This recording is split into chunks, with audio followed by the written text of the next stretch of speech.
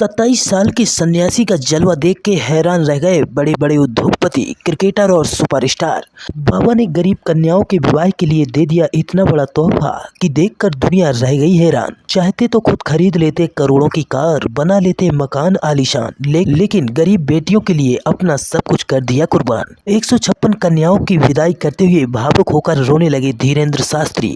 बाबा ने कन्याओं के विवाह में दिया 157 तरह का उपहार और एक बाइक। 50 लाख लोगों ने खाया खाना, 10 करोड़ का आया सामान। खाना पकाने के लिए लग गया करीब 2 करोड़ का तेल। शादी में शामिल हुए 10 लाख बाराती और घराती मेहमान। दुनिया देखती रह गई नजारा। वीडियो शेयर कर आप भी दे दीजिए शादी की बधाई और कमेंट में लिख दीजिए जय हो बागेश्वर धाम।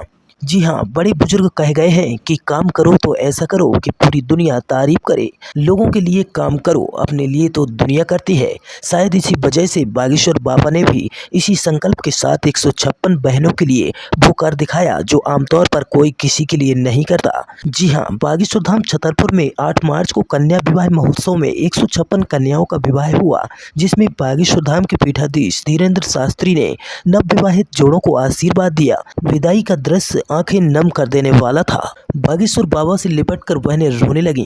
विधि विधान के साथ शुभ मुहूर्त में इन सब की शादी कराई गई। धीरेन्द्र शास्त्री ने आयोजन स्थल पर खुद दूल्हा दुल्हन का स्वागत किया। जयमाला की रस्म के बाद मेहमानों ने जोड़ों को आशीर्वाद दिया।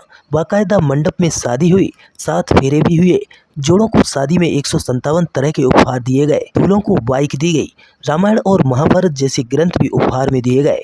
नवविवाहित जोड़े भी बहुत ज्यादा खुश दिखे। बता दें कि इस साल 156 जोड़ों की शादी करने वाले बागेश्वर धाम के पीठाधीश धीरेन्द्र शास्त्री अगले साल यानी कि 2025 में 251 निर्धन कन्याओं का विवाह करवाएंगे। उनका कहना है कि अगले साल उपहार के रूप में मोटरसाइकिल देने की बजाय जोड़ों की संख्या में बढ़ोतरी की जाएगी, ताकि ज्यादा से ज्यादा निर्धन कन्याओं का विवाह कराया जा सके।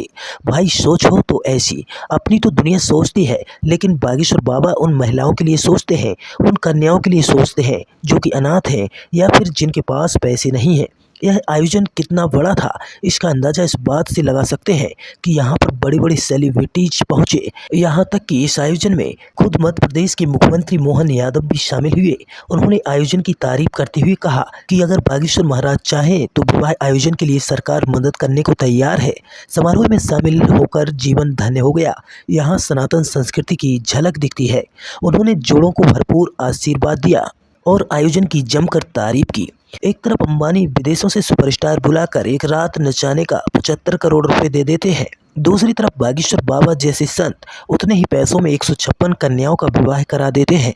पूरे उपहार भी देते हैं, अपनी तरफ से बाइक भी देते हैं। शायद इसी वजह से हर तरफ उन्हीं की चर्चा हो रही है। हर कोई बाबा बागेश्वर का फैन हो चुका है। हर कोई उनके बारे में बात कर रहा है और तारीफ कर रहा है। आम लोगों से लेकर वीआईपी तक बाबा बागेश्वर के आगे नतमस्तक हो गए हैं, क्योंकि बाबा बागेश्वर ने कर दिया है ऐसा काम कि पूरी दुनिया कर रही है उनको सलाम और कह रही है कि अपने लिए तो दुनिया जीती है, बाबा बागेश्वर की तरह दुनिया के लिए जीकर देखिए, कसम से बहुत मजा आएगा। क्योंकि धन दौलत तो यहीं पड़ा रह जाता है, अगर किसी के काम आ जाए तो वह भी तान से जीवन जी सके। तो फिर हम भी कहेंगे कि देश में बड़े बड़े सेलिब्रिटीज, क्रिकेटर, उद्योगपति, कथावाचक, जितने भी लोग आर्थिक तौर पर ज़्यादा मजबूत हैं, सक्षम हैं, यदि वह भी देश की जनता की मदद बागेश्वर सरकार की तरह करें या फिर अपने किसी अन्य ढंग से करें, लेकिन देश की जनता की मदद करें, ज़रूरतमंद लोगों की मदद करें, तो निश्चित ही हमारा देश दुनिया में नंबर 1 बनने से कोई नहीं रोक पाएगा।